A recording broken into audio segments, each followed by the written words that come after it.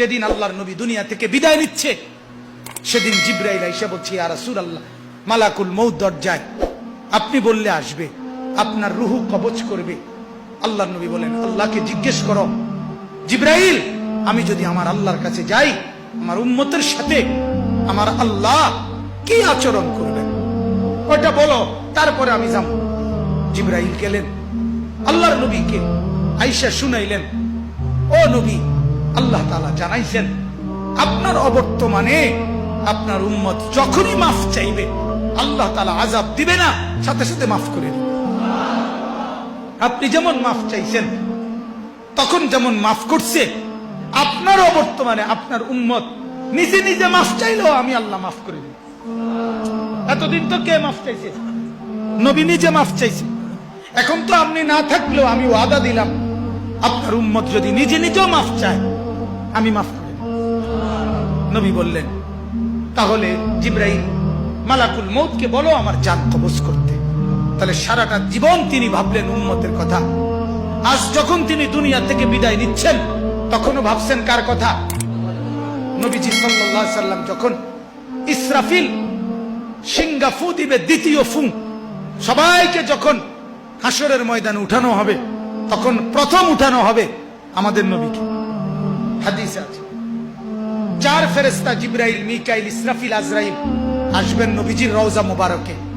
এসে সবার পক্ষ থেকে জিবরাইল ডাক দিবে, ইয়া রাসূলুল্লাহ, হাসরের ময়দানে যাওয়ার জন্য আপনি কবর থেকে ওঠেন।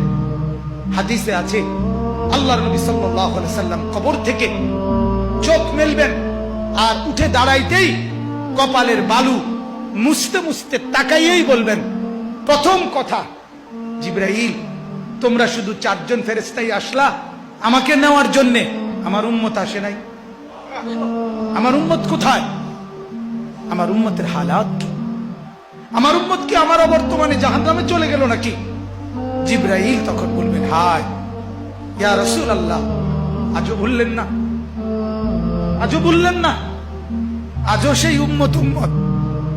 যাওয়ার দিনও বললেন, দুনিয়ায় থাকতেও বললেন, আজও বললেন। আপনার উম্মতের এখনো উঠেই নাই, এখনো তো কবর থেকে কেউ তুলে নাই, আপনাকে তুলেই বাকিদেরকে উঠানো হবে। আল্লাহ নবী বললেন, তাইলে চলো, তাইলে ঠিক আছে, চলো হাসরের মাঠে।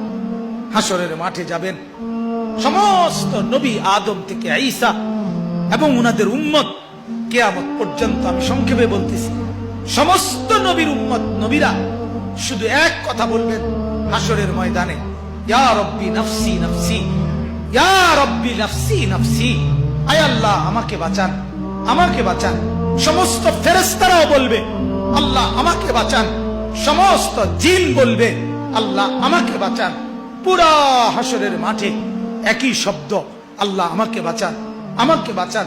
সবাই শুনবে, কে যেন একজন শুধু আছে, কোন এক জায়গা থেকে শোনা যাইতেছে, কে যেন একজন বলতেছে, ইয়া রব্বি উম্মতি উম্মতি, আয় আল্লাহ আমার উম্মতকে বাঁচান, আমার উম্মতকে বাঁচান।